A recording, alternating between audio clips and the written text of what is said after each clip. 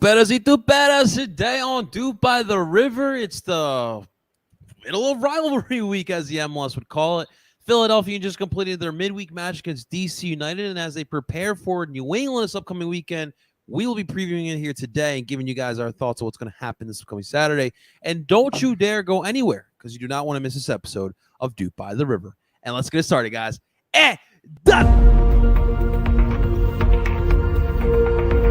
Doop by the River doesn't do anything well. There is not one. I'm sorry. There was no creativity.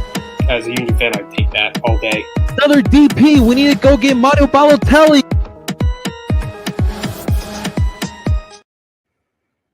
And that is right. Welcome, everyone, to Doop by the River, the show where we follow everything Philadelphia Union. Of course, we are brought to you by Philly Sports Network. Before diving into today's episode, real quick, I want to welcome everyone into today's episode. Thank you for tuning on into Doop by the River. If you are watching live on El Parcero Philly's YouTube channel, make sure you guys hit that like button, subscribe for all of your future viewings of Doop by the River. And, of course, if you're live here on Twitter, thank you so much for tuning on here as well. If you haven't followed yet, make sure you guys are following our boy Tim Loving, who did a fantastic job of covering all the sight and sounds of Subaru Park last night. So you definitely don't want to miss out. Make sure you guys follow on there as well. As always, ladies and gentlemen, I am joined by my expert in duping. Please welcome today Justin Bruce Juice Distributor Friedberg. Justin, what's up, brother? How you feeling, man? Exhausted. It was a long night last night. Got home a little late because despite it being a Wednesday game, that was a pretty full crowd. Dude, can we talk about that? So what was that about? Because that was the worst traffic I've seen, and that was a Wednesday match. This was a Saturday. This is a Wednesday regular season match, bro. I don't know. Like, Saturdays, I'm used to it, and it's fine because, Sundays is usually my day to really do nothing, do stuff around the house, kind of get sleep in. So, getting home late isn't a big deal, but I was waiting in the Sons of Ben lot, and I'm like, all right, it's been half an hour, 45 minutes. It's like the traffic's still bad. It's like it was beyond nothing. I don't think I got home till close to midnight. Dude, really? Yeah, I was waiting it out. It was crazy. Yeah, no, it was terrible. No, just for some context here. So as the match left, I always take my time because I know that factor. So I walked from the media box. I walked all the way down. I wanted to go check out the team store. I was really interested in the new vintage tee that they released this past week, the black one. I wanted to check out that. I want to check out the store. And then, I slowly make my way outside. I record the match recap. So shouts to everyone who tuned in last night to the match recap. We were live outside Subaru Park. And then I walked to my car, still taking my time. And Justin, I left around 10:30 from my parking spot. Didn't get home until 11:30, so I'm there with you. And it was just crazy. I just wanted to ask, what was that really all about? The crowd was really good for a Wednesday match, but for it to be that crazy leaving Subaru Park, it just it's never been like that. I was telling Tim, I'm like, I remember when it was, the Wednesday games were basically like Open Cup matches where you'd have half the crowd and you'd be in and out, no problem. Dude, it was absolutely wild. So yeah, Union, if we can get some answers, that'd be great. I did notice that, typically during matches, in the neighborhood in Chester, they got cops and they kind of secure every block, trying to move the traffic along quicker. Didn't see as many cops there. Maybe that was the issue, but I don't know. It was definitely interesting to say the least, man. But hey, we got out. We were all safe. We got a point, which we'll talk about here right now. So obviously last night, one of two matches for this week, Union versus DC United. And I guess we got to start off with this, Justin. Where's this rivalry to you? Because it's a weird one to me. Obviously, a lot of fans were DC guys before 2010. And the 2010s, there was back and forth battles, but obviously as of late, the Union kind of really taking control of it. But where is this rank in your mind? Not very high, right? And it's not just because it's been so one-sided in the last 3 or 4 years. I just think the matchups with Red Bull, with NYCFC, even with New, like a lot more of them have had higher stakes and a lot more drama. So it really hasn't had the same gravitas, same weight to it. I have to agree with you there. Did we, if I'm not mistaken, in the 2010s, did we struggle in RFK playing Yeah, there? going to DC was a bit of a challenge, at least for the first few years. But it for the last 4 years or so, it's been kind of 4 or 5 years. It's kind of been the reverse. Okay. Yeah, no, I mean for sure. I mean when you beat them in total 13-0 in both matches last year, it kind of just tells you where state of this is. But that was kind of the surprising part. So we'll get into this matchup here. Union versus DC United on a Wednesday night. Lives are a little bit interesting. MLS Soccer, ESPN have all different things. But predominantly, really what you did see was obviously Andre Blake in goal, a back line of Wagner, Elliott, Glesis, and Harriel.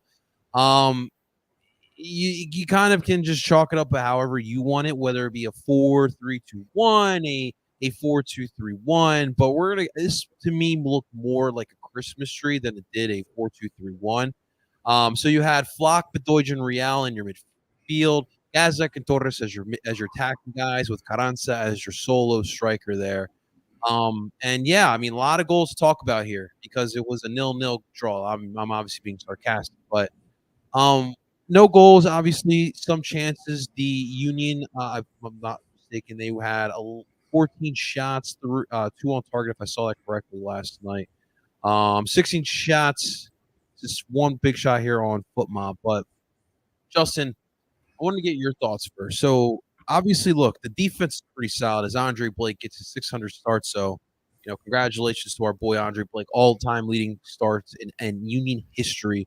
That was pretty dope before the match, but another clean sheet. And this defense seems to have found their grounding. They look like last year. They're just they're hard to get by now. But the attack is still not finding that chemistry. They're struggling in the final third. But what have you seen from the attack last night?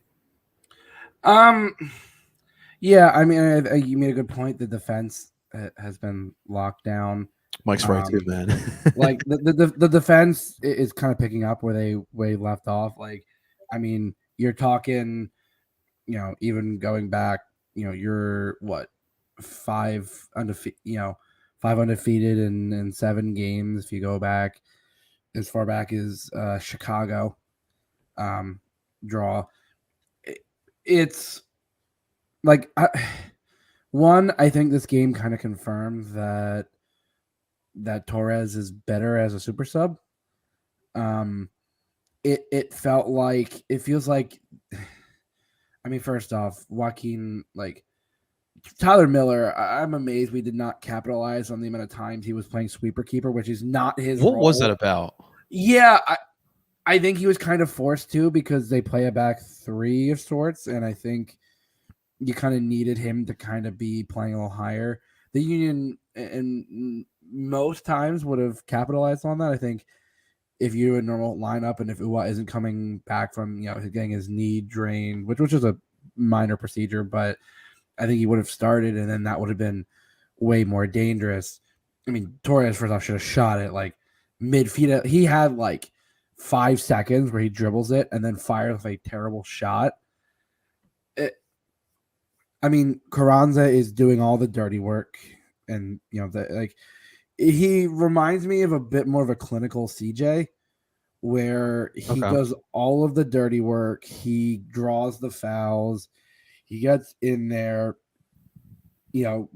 There's a lot of chances, but it just felt like something was off. And I will say, I think, like, I felt bad for Matty Real. He gets pulled early in the second half. There wasn't much like for him to do in that game. I felt kind of bad for him in that spot. I thought Ali. I mean, I'm surprised they subbed Ali off, but I thought he had a relatively decent game. Yeah, I agree with that one. Like overall, I like just thinking about how like this offense has been. I think you're like obviously between injuries and the congestion. I think like you would think more games would get this team more in sync, and I feel like the congestion kind of not scrambled things, but you've seen where between Carranza occasionally being suspended and and Uwa getting hurt, you've seen a bit of a kind of like stop start offensive production. Mm-hmm. And obviously, again, I always say this: the team the first few months kind of is a tough Union team to watch. Like historically, no matter what the season, it's kind of how it's always been. Yeah. I, for the life of me, cannot understand like why before the calendar hits June we are just kind of like up and down. But you look at this offense and you look at how this team has been. The team really should have won. I mean, again, this DC team is DC team is much improved. I kept seeing people were saying that DC was dominating that game. They had a lot of possession, but I wouldn't. I mean, they had their chances really came in the first half. I don't think they were as. I mean, first of all, they're not goal. Christian off the ball left. Oh, but Teke was getting bodied off the ball, which made me laugh because, like, he's such a big guy, and Jakob Glesnes kind of had him in his back pocket. So I found that interesting. Tim and I were laughing about that the whole time. Like, every time he'd go down and he'd look up for a call, and the ref staring at him, like, yeah, get up. Like it was pretty. It seemed pretty obvious. Yeah. But it just felt like it was hard to for me. It's hard to put a finger on what exactly it was. But for me, 100% is that having Gazdag and Torres on the field at the same time feels counterproductive because they get in each other's way. Like, yeah. And like I said, Joaquin's a great super sub, but they absolutely get in each other's way. No, man, it's definitely a good point. I mean, real quick, I just want to say hello to some of our guys here in the comment section. We got Mike in the building. What's up, Mike? I'll get to that in a second, Mike. We got Raynell in here. What's up, Raynell? And then Jose, seriously, thank you so much for that. I really do appreciate that, man. And my man's taking a break from Zelda. That's some real shit right there. That's impressive because I haven't even really taken much in Breath of the Wild, and people are already talking about Tears of the Kingdom. And I'm like, my guy, we appreciate that, Jose, and thank you so much for that kind words, man. Shouts to Skyler from Union Nation. My dude was a class act. Any question I had, he was really helpful. But yeah, it was really dope being up there. I just love the view up there. Except for when you sit kind of near like that bar where it divides like the curtains or whatever you call it. But regardless, it was a dope view there. But to this point here, Mike says, hate to say it, Real not up to par. I felt like the midfield, like the three guys in that midfield. So however you want to rank that, but like Flock, Real, and then Torres obviously up top below, who's more like the attacking guy. I feel like those three, to me, not like they were kind of like the weak point in the attack yesterday. Real, I just felt like he was out of place. Now, I'm not sure if that was just him not sure where to go. Guys were in different positions, so kind of left him like, what the fuck do I do now? When it comes to Joaquin Torres, I think he's just doing way too much. We talked about it. Like, I met up with you at halftime and 139, and when I see Joaquin Torres, I see a little bit of Jamiro. And when I see Joaquin trying to do the little spin moves, trying to dribble through guys, that was our frustration with Jamiro Montero. And we know that Joaquin is really good at a role. We know he's got the talent for this, kind of like with Miro. And so it's kind of what I see there with Joaquin Torres. One thing I wanted to just mention, if you're going to put guys like Real, guys like Joaquin Torres out there, number one, your point was spot on. Gazak and Torres, don't think they should be playing together because it's literally the same guy. They're getting in each other's ways. But if you're going to run with Torres, with Real, even with Bueno, guys like that, I need those two forwards up there. there's a clear difference to me when you have the two forwards, especially in the attack.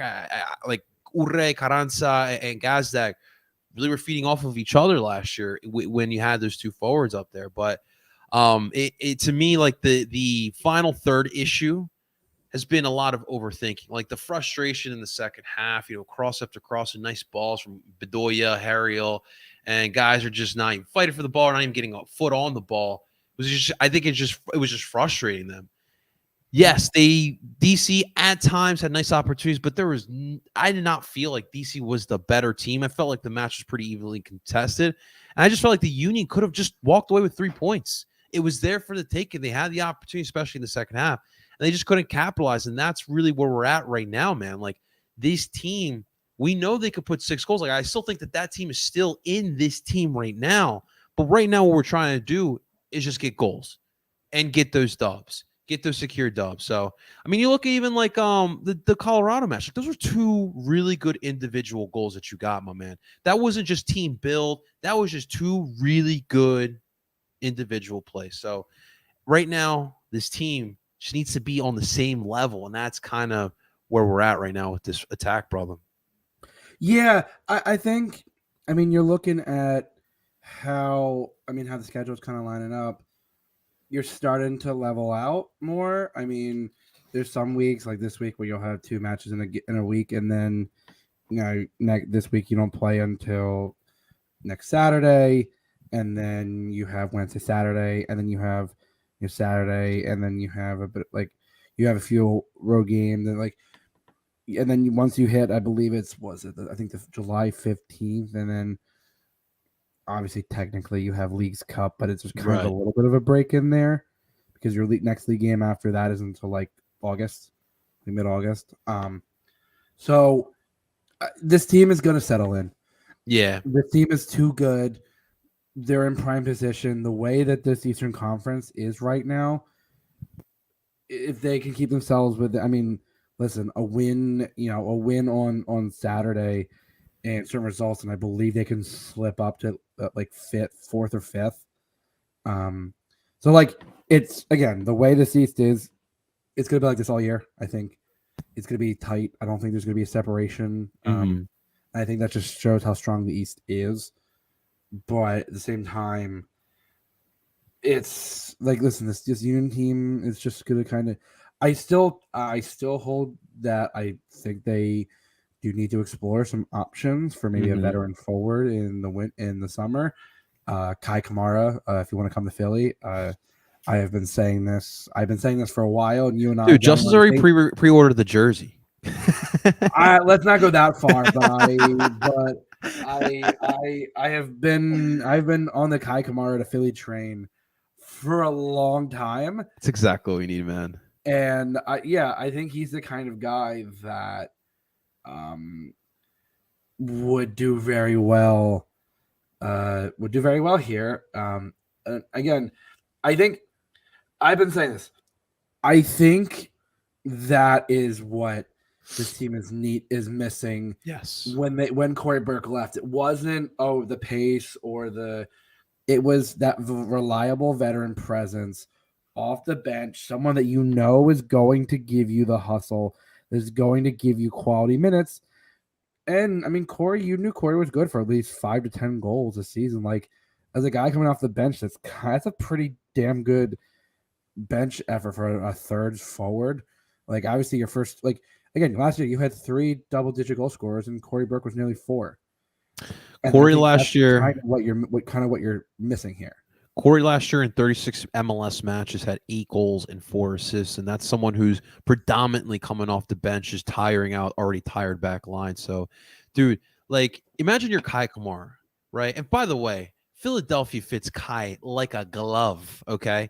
And you tell Kai, listen, Kai, all you got to do is we need you here to come out in the 60th minute and just bury back lines and bury goals. Dude, Kai's got to be salivating at the thought of that, man. That's just a dream scenario right there for Kai Kamara. Jose, my goal is I want to watch the Union from every single angle I possibly can. I've almost watched it from everywhere in Rivers End, except for like the Capo stand, which I probably won't do, which is fine. I definitely want to check out the whole, I guess the left side where the sidelines are, where like the teams are. Kind of want to watch every area there. Never watched on the other side. I've obviously watched it during the family sections that they like to call it 150. Was it like 115 to like 120, something like that. But yeah, my goal is to watch the Union from every single angle of Subaru Park. So we'll get to that. That's the goal, man. That's the goal. I want to say hello to Mike, our boy Mike Pereira of across the pitch. What's going on, guys? I actually met Mike at Dude. Mike's a great dude, man. On Saturday. We were talking it up. He was it was nice catching up, and we were shooting this shit for a while. And listen, if you know me and you've met me, I am a sucker for talking tactics. And if you start me on the conversation, I will not stop. And as people pointed out on social media, yes, that is exactly what I was talking to Tim about while he was tweeting on the official pod account. It was me just going on and on about tactics, and it's just like, no matter what, like if you at any point you catch us, I will. If I'm in my usual seat, I will be leaning over. Like that's just genuinely how games operate, and it's like that's why, like on away days, when Tim doesn't go, I'm just like, great. Who do I talk to about tactics now? That is awesome, man. Mike, Martinez getting back in the starting role will be a boost. I thought he looked solid, and it was like 20 minutes he was in there. I was concerned that he nearly went down with a non-contact. He grabbed his like stomach, ribs, and I was like, oh no, like not. But yeah, hopefully I think that was a good way to ease him in. I think he'll be back in the starting lineup. Dude, the roar when you went in the match, though, like the place got really loud when Brujo went in there, man. That's what I. Brujo is one of those kind of divisive players that like you love him, but you also know like it's either you really love him or you're just like clenching with bated breath every time he starts dribbling on the ball. Yeah, it is true, man. It is true. Jose brings up a really good point, and I talked about this during the Union preview shows and recap shows. It's hard to believe the settle in part when 92% of the last year's minutes are back. Should have been good to go from the beginning. Look, this is where I look at it, Jose. This team has played 20-some matches already thus far through CCL, US Open Cup, and MLS play.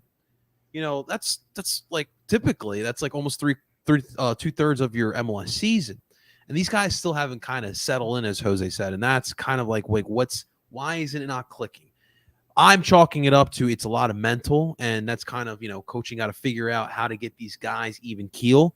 But unfortunately, it's kind of like a wait and see type of situation. Now, typically, historically, the warmer the weather gets, this team turns it on. So that's just kind of what we're banking on right now. Just gotta thaw out. Just gotta thaw out from the winter.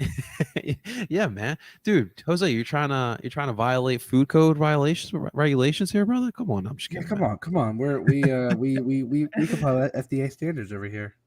Ooh, Mike with a good one. Now, will we have any double-digit goal scorers in 2020? I mean, at this point, I think Uwa's at 5 in league play. I think you're gonna have at least one. Carranza's a little slower. I mean, I believe he's not that far off. But I think in overall goals, I know Gazag's at 7. Carranza, I think overall in total competitions, you're gonna have probably about the same effect. Yeah, man. So we'll see. I think you'll have at least one. Our boy Kicking It with Drew. We want to welcome Kicking It with Drew, now part of the Union Podcast family. As State of the Soccer, the new Doop or Die podcast. Definitely give that a listen, guys. Drew, I've been watching on YouTube for the past 2 years. Great U.S. soccer content creator. It's a shame Union couldn't get a better result. Also, we need to get an answer for Corey Burke's absence. Spot on there, Drew. Yeah, our campaign here at Duke by the River is Kai to Philly 2023. That's our guy, Drew. That's our guy. That's our replacement for Corey Burke. So we'll see. But that's kind of like our consensus agreement here is that this team needs some more forward depth. Quinn Sullivan, we love, but not someone you want to kind of depend, especially in playoff situations. And I think everyone has seen enough of Chris Donovan as well. Yeah, like Quinn coming off the bench is great. He gives you that burst, like that speed, and he gives you that creativity up top and can kind of play out wide. Right. But Absolutely. it's more that veteran presence because like again, last year Corey's that vet up top, and Ali is that in the midfield, and you have Jack and Jakob in the defense, and Andre in the back. Like every position group has that real vet. And this year the forwards are lacking in that vet. Yeah, man. Absolutely. Yeah, Justin, we need to catch a match at Zed's. But yes, guys, any away match, you can find this handsome bald head at Zed's, and definitely, I need to try their beer as well. I'm gonna move. Oh, absolutely. And listen, the owners Jeff and Lori, who at this point, I listen. I'm like Norm from Cheers. There, everyone knows my name, and they listen. Their beers are and seltzers. Hey, shout out the Green Apple Elderflower Seltzer and the Peach Mango seltzers. Listen, it's a great place. It's a great atmosphere. Jeff and Lori are awesome people, always showing the Union games, and it's a great time. And there's always a great good amount of people. So if you're ever in the South Jersey area and you're good at Zed's, like I said, you'll see this bald head. Especially during an away match. Justin walks in, they already play the DOOP song as soon as he walks in. So it's listen. They expect me. Like when I'm not there for away games, they're like, what's going on? You good? What's happening? You cheating on us with a different place? Like what's happening? Drew, here's the thing with Mbaizo. Dude, the man is so talented coming up the wing. He's got a great crossing leg. But in this system, if you can't get back, my G, like it's really tough to play you match to match out. That's why you've seen a lot of Nathan Harriel, because where Nate may not have that same talent cross, he's still really good at flying up the flank, but he's the best 1v1 defender.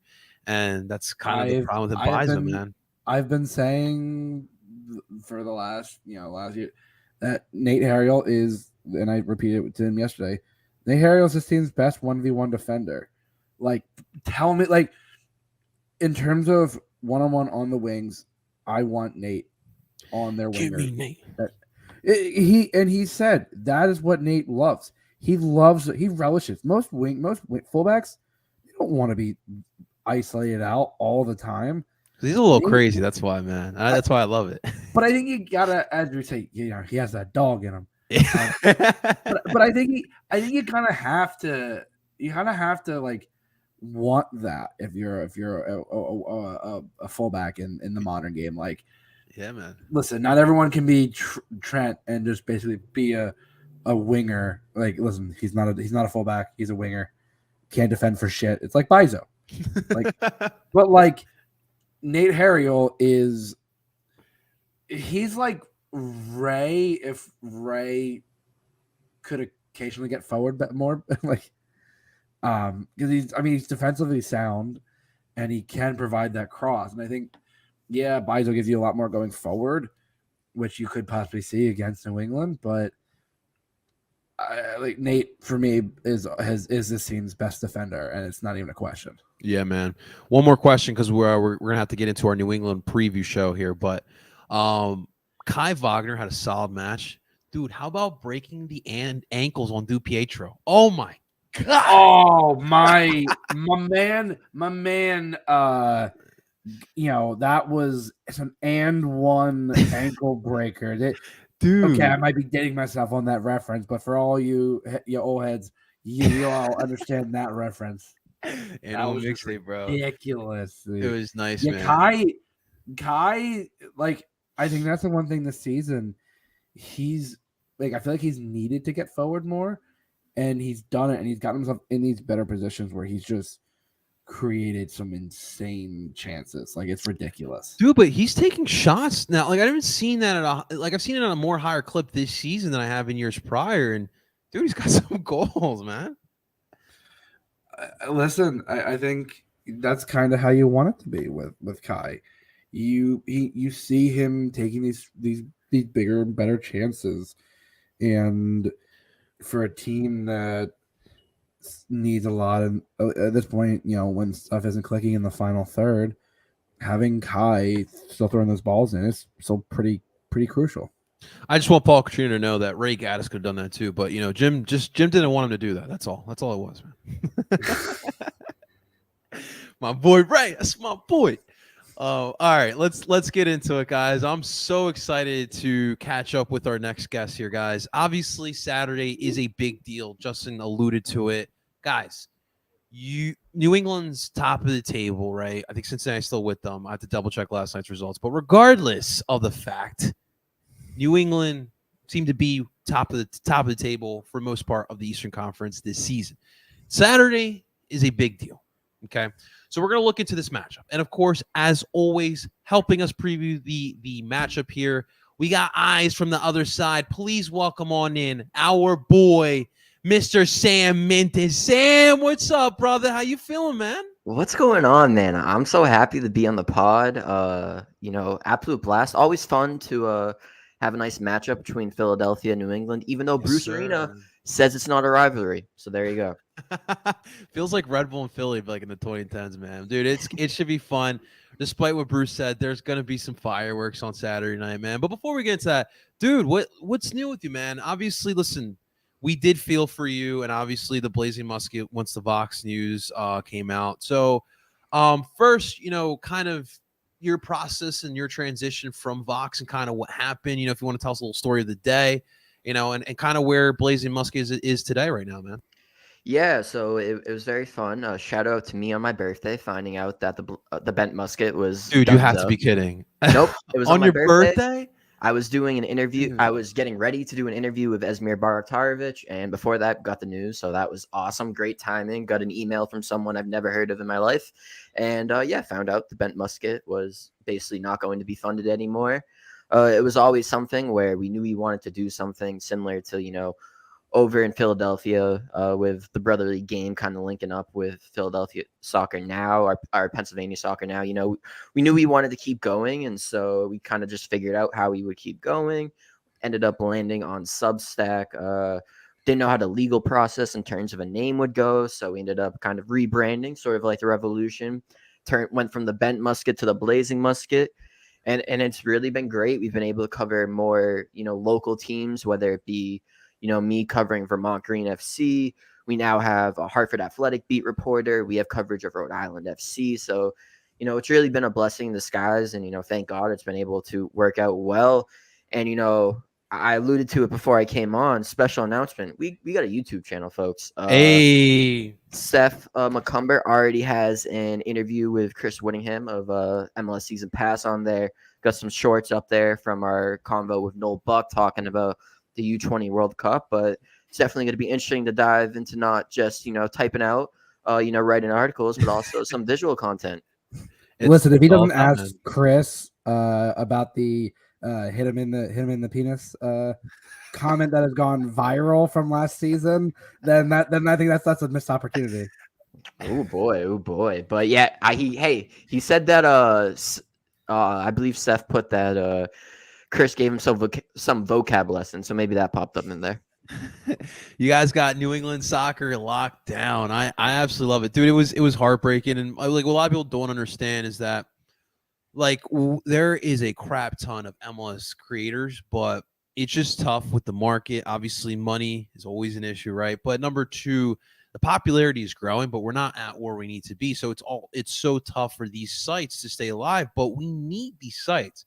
Because as this sport grows, only we're all going to grow. And so we really do commend you. Thank you for continue doing what you're doing, because obviously we love to see it. But, we also like to figure out what's going on with the Revs too, man. And Sam, you're our guy. You're our guy, Sam.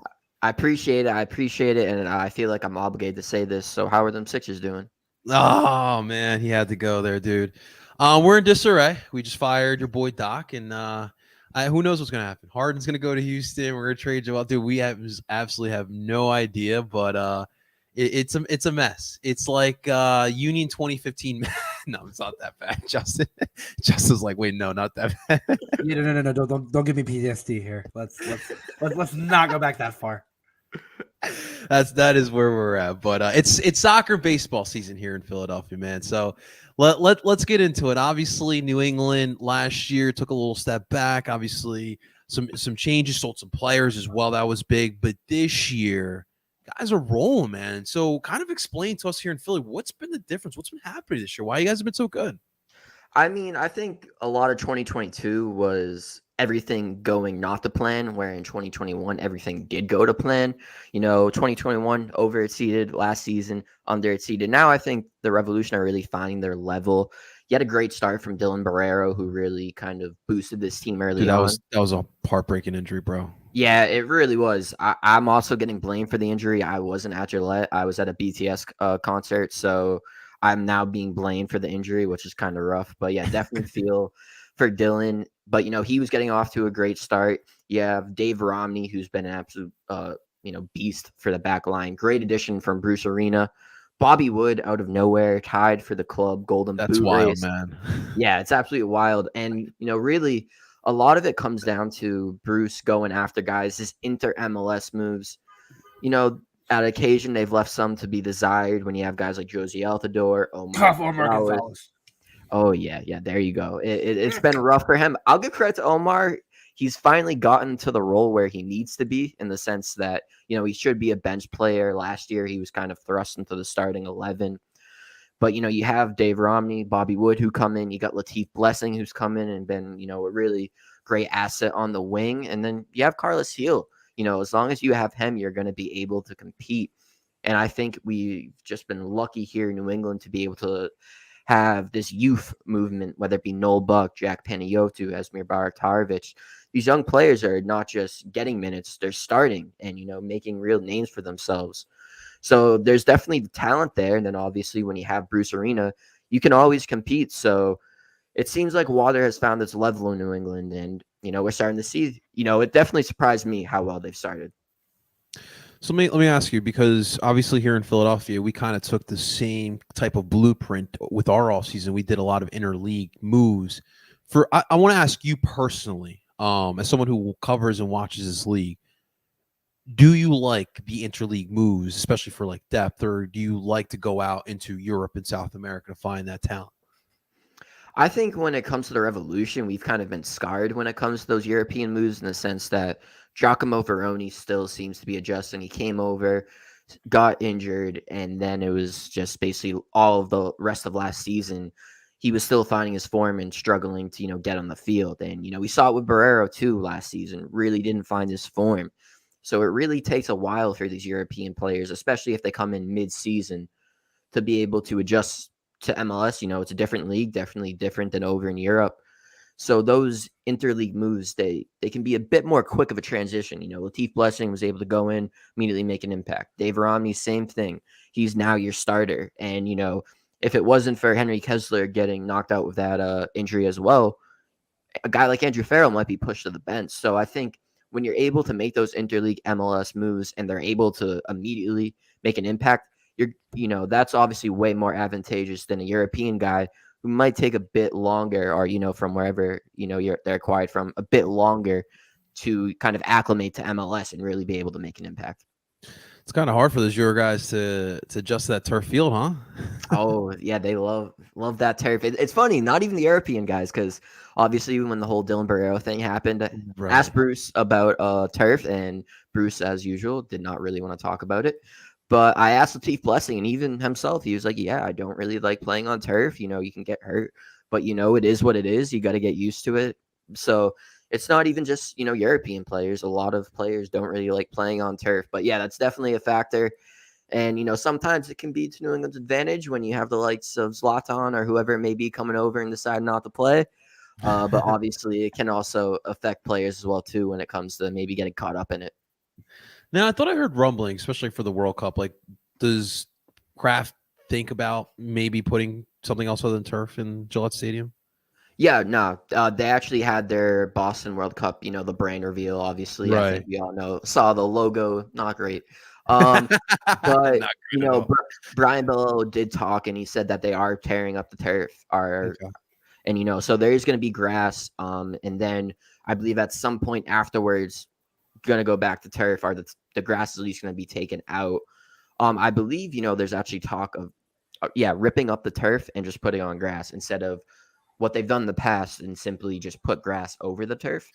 So it's going to be interesting to see, instead of having like that Chelsea game, I believe the turf was just under the grass. Now they're tearing it up completely. So, you don't have to worry about that come World Cup. Messi or Neymar come over, you're not going to be worrying about them on the turf. I just don't get it. Like, even like, so here I grew up in the south part of New Jersey, and I played football in high school. And there was one school actually in the town where Justin lives now, which is ironic. They had a turf field. We lost like 5 players in that game when we played in there. I hate playing in turf as a football player. As a soccer player, it's even worse. Like, I don't get why they built these turf fields. Like, even Atlanta, like, that's a new stadium. I put turf in there. I mean, I just flat out don't get it. But hey, we got, like you said, you got to adjust. We got to do what we got to do. And of course, the union as well have to do that too. You did mention Bobby Wood. It's not like Bobby came over from Germany like a couple years ago. He had a stint in RSL. So why is it here in New England it's clicking where it didn't in RSL? Yeah, I mean, I think there is some credence to, giving a shout out to Bruce Arena and just his relationship. He obviously knows of Bobby, and I think just the system in New England, it really needs a target man. And whether it be Giacomo Veroni, Gustavo Bo, those guys, that's not really their game, playing back to the goal and, just holding up players. That's something that Bobby's really good at. And I just think he's been able to get the opportunity. Veroni struggled with injuries at times. Bo's currently struggling with injuries. He's not going to be available for selection against Philadelphia. So you're definitely, I would say, going to see Bobby Wood in the starting 11. And I just think he's just been able to click. He's been able to get a fresh start. He hasn't gotten hurt. I believe he had a little hiccup, but nothing like crazy. He might have missed a game. But he's really been able to stay healthy, which I think is really important. Obviously, coming off that RSL stint, dealing with a pretty major injury. And I have to give a lot of credit just to Bruce Arena and the system he's created. I think that's, I would say not a large part, because I think the player deserves credit, but a decent chunk of why he's been able to find success. It's interesting to see. Justin, any questions for Sam about New England? Anything you want to know about New England? No, New England, like it's New England has felt more consistent than Cincinnati has, and I have been insistent. I've been saying this all year that between the two of them, New England would be the more likely to stay up there. Cincinnati, it will definitely fall off, especially if Vasquez leaves, which feels more likely now that Brenner is gone. Vasquez is, I know, rumored to the Bundesliga. But no, yeah, although I will say, if if you didn't know better based on some of the Apple TV talk, you would swear that Jordy Petrovic is the 3-time goalie of the year. Oh boy, here we go. And the amount of times I heard he's the best goalie in the league, I said, hold on a minute. We got a guy here who just might have a word about that one. And I will say Petrovic might not even make it through the summer. If reports are true, he might be gone very soon. And you guys were lucky replacing Matt Turner with him. I don't know if Lightning's going to strike twice on that. So, but I just had to say that because I've been hearing it so often in the Apple TV coverage, and I've just been like, are we forgetting about some of the other goalies in this, especially in this conference alone? I mean, I have to give credit where credit is due. Andre Blake, I'm going to upset you and say that George Petrovic is better than him, but he's definitely right up there with him. But also, I'll say George Petrovic is a much better goalkeeper than Matt Turner, in the sense Matt Turner said it himself, so you can't get mad at me for saying that. But I just think his potential, his ability, he's going to go to Europe. I think he's probably going to end up in the Premier League. Wouldn't surprise me at all. I think he just has that pure shot stopping ability similar to a Matt Turner. I think, just at his age, he's just going to be a really great player. And obviously, I don't watch Philly as much as you guys do, but he's just last season and this season, he's just been able to bail New England out so many times, been able to come up with so many key saves. So maybe I am biased, just covering New England. But if I had to say the best goalkeeper right now, I'm going to have to go with George Petrovic. And like you did mention, it would not surprise me at all if, whether it be the summer transfer window or I kind of agreed to a loan back deal to keep him here for the season, if he's gone. Our own Seth McCumber, he reported that teams, kind of all across Europe are looking at him. There were reports that Manchester United and Liverpool are looking at him. You had Matt Turner go over to Arsenal. Obviously, he hasn't been playing as much, but you kind of established that pipeline and, being able to sell players over to Europe and, to the English Premier League. So it would not surprise me at all if we see him in the Prem one day. Is there any possibly replacements on the team now, or you guys probably have to go out into the market? I mean, if we're going to try and replace George Petrovic like we did Matt Turner, we're definitely going to have to go into the market. I do think there is a good goalkeeper in the system, Jacob Jackson, but he's just coming off a major injury. He is back in first team training, but he's a really young guy. He was tearing it up with the second team, and I've been really impressed with how he's played. There's also a player who's on Revs to the second team, but he's kind of far off, a lot younger. I think he's under 20, Max Weinstein. Played up in Vermont, but has now signed a professional deal with the second team. So it'll be interesting to see how he progresses. I talked to Revs 2 goalie coach Yuta Nomura, and he said he's probably one of the best goalkeepers he's ever, gotten to work with. But if they were to immediately go to an option, I would probably say it's Jacob Jackson. You do have Earl Edwards Jr. on the roster, who might make sense for more of a veteran aspect. But if you're looking for that upside guy who can potentially be your starter long down the road, I think Jacob Jackson could be your guy if you're looking on the New England roster. Okay. Ryan, what's going on, brother? We appreciate you coming in here, man. I appreciate that. This is my baby, and I knew Sam was coming on. There's no Philly sports today, so I figured let's keep it footy here. So this is the Porto Kits, but my baby, man. I love it. I mean, sporting's much better. Just want to. Oh, come on, Sam. What are you doing to me? And I'm just kidding. Dude, what's it? The darker green kits that they have, fucking fire, man. Fire. Yes, sir. Top 3 goalkeepers this season: Blake Petrovic and Berkey. I would maybe disagree with Roman Berkey. I think St. Louis, they have kind of petered off this year. After a very, very hot start to the season, they have very much leveled off. And that has been more due to Joe Klaus being hurt.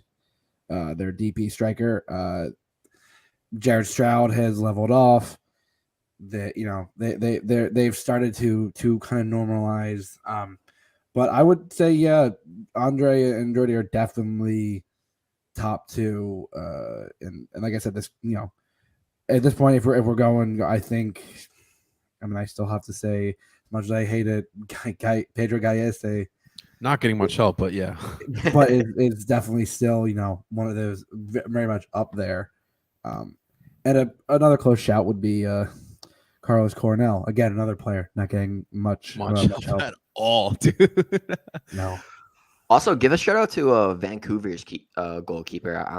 I'm forgetting his name, but I believe last month had an absolutely insane. He came over from the J League, and are they turning into a goalkeeping factory over there? Well, so I did not know much about him. So, as I joke, my inside source is my good pal Dan Orlowitz, works for the Japan Times.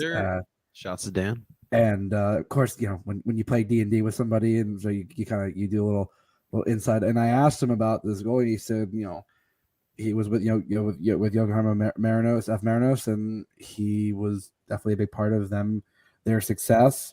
A guy who is kind of on the national team radar, and is definitely one of those. I've seen it. I've watched.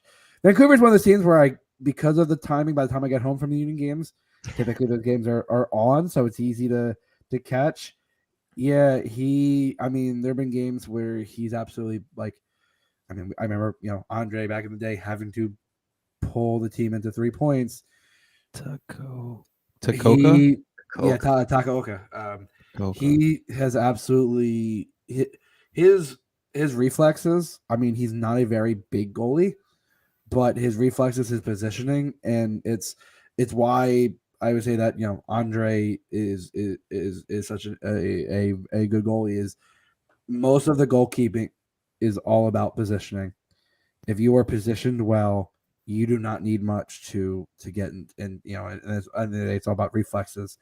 Those two things combined can make an elite shot stopper. And Takaoka for sure has just been next level for Vancouver. And so yeah, someone with Vancouver and the goalies, man, they just seem to produce solid goalies left and right. Must be nice, man. It must be nice. All right, Sam, let's get into this matchup, back into this matchup here. Let's get to this lineup here. So what could the lineup look like for New England Saturday night? Yeah, so like I mentioned, you're not going to see Gustavo Bo. He's out with a left leg injury. So I would imagine, kind of basing off the last lineup we saw from Bruce Arena, that we see Bobby Wood up top at striker. With the loss of Dylan Barrera, we've been seeing Ima Boateng kind of start on that left wing. You have the option of, a guy like Latif Blessing possibly playing on the wing, but also could play in the middle of the field as well, too. Obviously, you have Carlos Heel at the 10.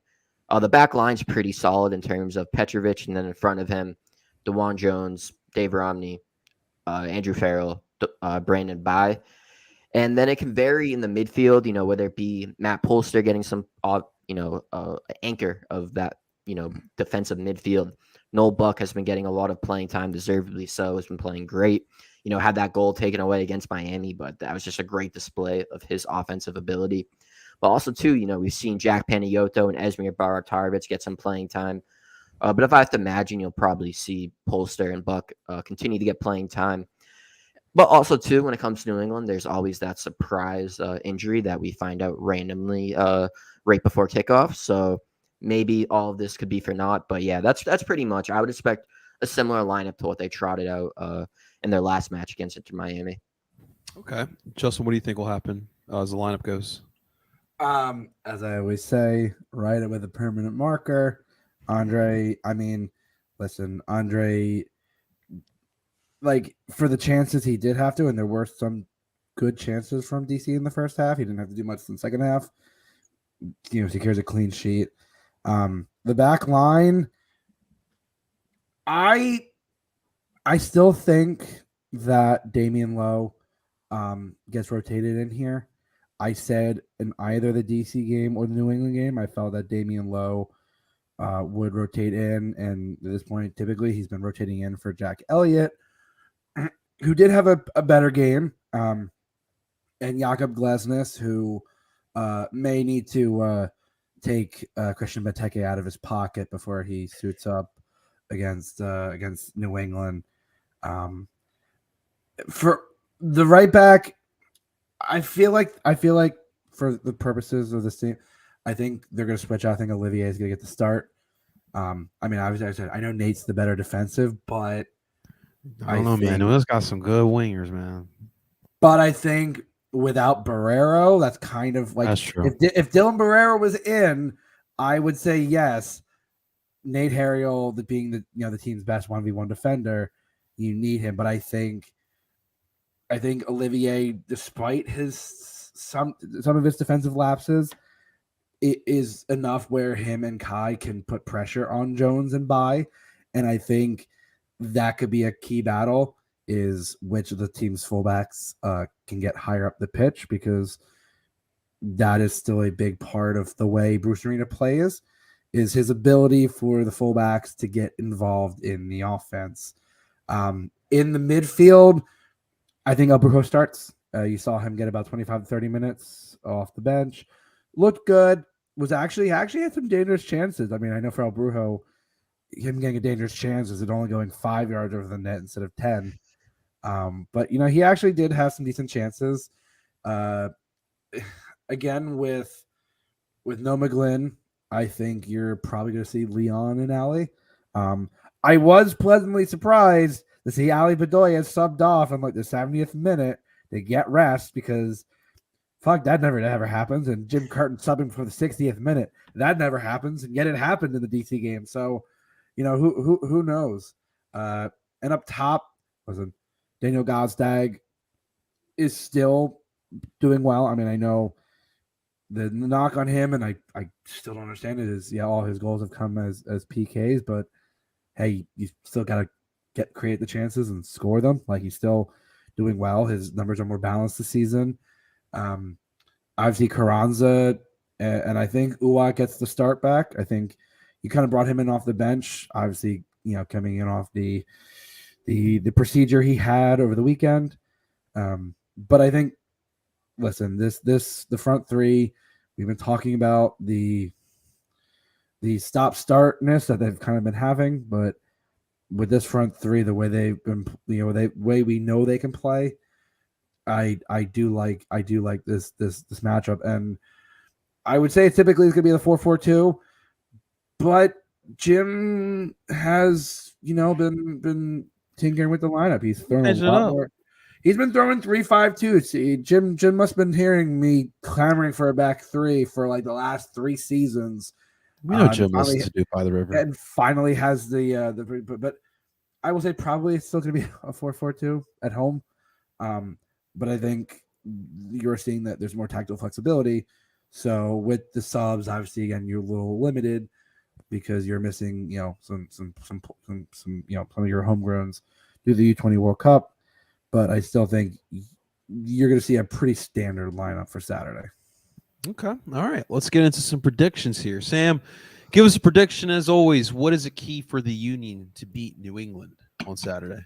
Yeah, I think it's just like you mentioned, if they're able to kind of, I would key in on DeJuan Jones, because without Dylan Barrero, the Revs don't really have a player who can go directly at opponents on the wing. That was Dylan Barrero. It was kind of reminiscent of a guy like Tajon Buchanan being able to do that.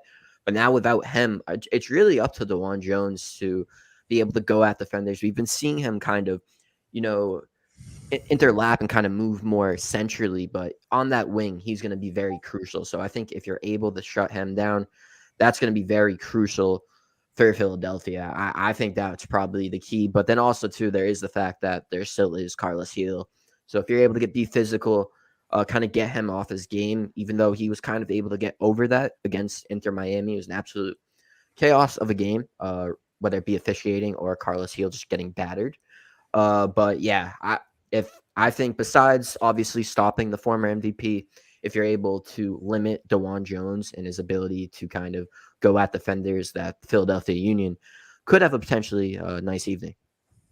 Should be interesting. Justin, I'm a little concerned about this matchup because the mindset of this team, like, we're still trying to figure it out, and it's going to be a tough one Saturday. I mean, New England, Bruce is going to have those guys ready. So how do you feel about this one? What do you think is going to happen? Listen, if it were on the road, me, the Union on the road is a different animal. But listen, the Sub has been a fortress the last few seasons. This season, even when the Union aren't playing great, they still managed to get at least a point. I thought realistically it was going to be a win against DC and a draw against New England. But I think I'll reemphasize the point I made earlier. The real battle is going to be on those wings. I mean, yeah, a Brujo Carlos Gil matchup is kind of what you're going to be expecting, but I think if you have Kai and Olivier versus DeJuan Jones and Brendan Bai, again, if you can force DeJuan Jones to have to play defense to kind of keep back, and listen, Kai and Olivier both do very good jobs of threading those balls through. And if Mikel Uwa is starting, the thing he does better than anyone on this team and better than a number of guys in this league, he finds those channels and goes straight on goal. Doesn't make those wide runs that Casper used to make. No, he makes those direct runs on net. He forces the back line to really get pulled out of position.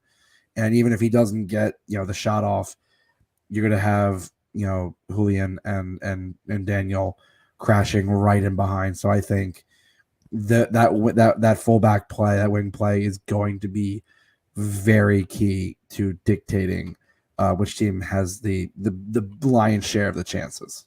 All right, well, there you have it. Sam. First off, that's gonna do it for this edition of Dupe by the River. But Sam, man, thank you so much for coming on air. We really do appreciate it. We're happy to hear that now the Blazing Musket will continue on. So please let the people know they got that little itch for some New England content. Where can they find it? Yeah, so definitely follow us on Twitter at the Blazing Musket. You can also, check us out on the internet, www.theblazingmusket.com, and also make sure to check out the new YouTube channel. We already got content up there for you. You should be able to find it with a nice little search, The Blazing Musket. And gentlemen, thank you so much for having me on. Absolutely. Look, as I always say, like, we may not like the Ravs, we may not like the Red Bull, we may not like NYCFC, but as a community, as we continue growing this league, it's important to support each other, especially content creators, because we're all trying to make it through this, right? So definitely show some love to Blazing Musket. We thank Sam and everyone over at the Blazing Musket for continuing doing what they are doing. But yes, that will do it for this episode of Dupe by the River. We'll have the links to all the Blazing Musket in the description, so make sure you guys check that out. Make sure you guys hit that like button, subscribe for more of your live viewings here on El Barcelona Phillies YouTube channel. Make sure you guys follow on Twitter, subscribe where you stream podcasts as well. Find us on the Dupe by the River podcast. Ladies and gentlemen, that is Sam Minton of the Blazing Musket. Of course, that is Justin Bruce Juice Distributor Friedberg. I go by the name El Barcelona Philly, and we're telling